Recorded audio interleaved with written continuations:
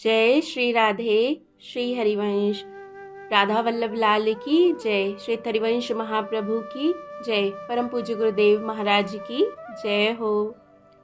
बहुत बहुत स्वागत है आप सभी का। हम श्रवण कर रहे हैं रसिक अनन्यमाल ग्रंथ से श्री हित हरिवंश महाप्रभु के कृपा पात्र संतों के पावन जीवन चरित्रों को। आज हम श्रवण करेंगे श्री परमानंद दास जी का सुंदर चरित्र। बट इसे शुरू करने से पहले एक बार प्राणों से प्यारे नाम को गा लेते हैं। मेरे साथ साथ आप भी गाइए। जय जय राधा वल्लभ श्री हरिवंश, जय जय श्री वृंदावन श्री वन चंद्र, जय जय जय जय श्री राधे श्री हरिवंश। तो चलिए शुरू करते हैं। श्री परमानंद दास जी। परमानंद दास जी क्षत्रिय कुल में उत्पन्न हुए थे। उस समय दिल्ली पर मुगल बादशाह हुमायूं का अधिकार था। परमानंद दास जी उसी की सेना के एक परम वीर योद्धा थे। अपने पराक्रम से भरे सेवा कार्यों के कारण ये सहज ही बादशाह के परम प्रिय बन गए थे। बादशाह ने इनकी बहादुरी पर रीझ कर इन्हें 500 की मनसबदारी एवं इतने ही घुड़सवार प्रदान कर दिए थे। बादशाह इन्हें जहां तहां भेजता, ये बड़ी कुशलता के साथ अपनी शूरवीरता के बल पर उस कार्य को पूर्ण करके ही वापस आते और बादशाह भी प्रसन्न होकर इनके इनाम में निरंतर वृद्धि करता जाता। अंत में बादशाह ने इन्हें सिंध प्रदेश के एक भाग ठट्ठे का राजा बनाकर भेजा और इनको 3000 की मनसबदारी प्रदान की। वहां पहुंचकर इन्होंने जहां एक ओर वहां की प्रजा की भलाई एवं सुख समृद्धि हेतु अनेक कार्य किए, वहीं दूसरी ओर उपद्रवियों का दमन कर उनका लूटा हुआ बहुत सा धन उनसे वापस लेकर बादशाह को भेज दिया। इनके जनहित में किए गए कार्यों की जहां एक ओर भूरी भूरी प्रशंसा एवं इनकी सर्वत्र बढ़ाई हुई, वहीं दूसरी ओर बादशाह ने भी अतिशय प्रसन्न होकर इन्हें बधाई संदेश भेजा। परमानंद दास जी जितने शूरवीर थे, उतने ही भगवत भक्त और शास्त्रों का ज्ञान रखने वाले विद्वान भी थे। ये बड़े साधु सेवी, मृदुभाषी, दयालु और सत्संगी थे, किंतु इन्होंने अभी तक कोई गुरु नहीं बनाया था और उसके लिए बहुत बेचैन रहते थे। एक बार श्री गोस्वामी श्री हित हरिवंश जी के शिष्य पूरन दास जी प्रभु प्रेरणा से प्रेरित होकर ठट्ठे गए। वहां के विद्वान लोग उनसे मिले और राजा परमानंद दास जी से उनकी भूरी भूरी प्रशंसा की।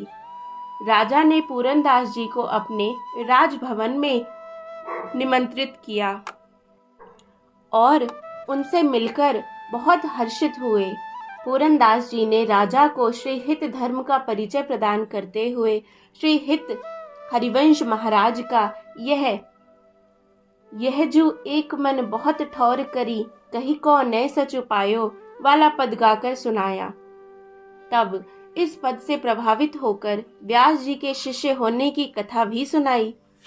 तभी से राजा पद के अर्थ एवं भाव तथा व्यास जी के शिष्य होने की बात को अपने मन में बार बार सोचने विचारने लगे और अंत में यह मानकर कि श्री हरिवंश जी ही मुझे जागतिक प्रपंच से छुटकारा दिलाने में पूर्ण समर्थ है, श्री हित हरिवंश चंद्र जी को गुरु बनाने का दृढ़ निश्चय कर लिया। अब इन्होंने हार्दिक प्रीति के साथ दिन रात श्री हरिवंश का नाम जप एवं उनके गुणों का निरंतर स्मरण करना प्रारंभ कर दिया। इनकी लगन एवं निष्ठा को देखकर श्री हित प्रभु जी का हृदय करुणा से भर गया और इन्हें स्वप्न में ही मंत्र दीक्षा प्रदान कर दी। आहा, जय हो जय हो। यह दीक्षा विक्रम संवत 1592 की भाद्रपद शुक्ला नवमी के दिन संपन्न हुई थी। दीक्षा मिलने के उपरांत इनका जीवन संपूर्ण रूप से बदल गया। यद्यपि अब इन्होंने अपने जीवन में श्रीमद् भागवत के अनुसार सदाचार करना प्रारंभ कर दिया था, किंतु इनका मन श्रीहित धर्म में ऐसा रंग चुका था कि अन्य धर्मों की बातें इन्हें अरुचिकर लगने लगी।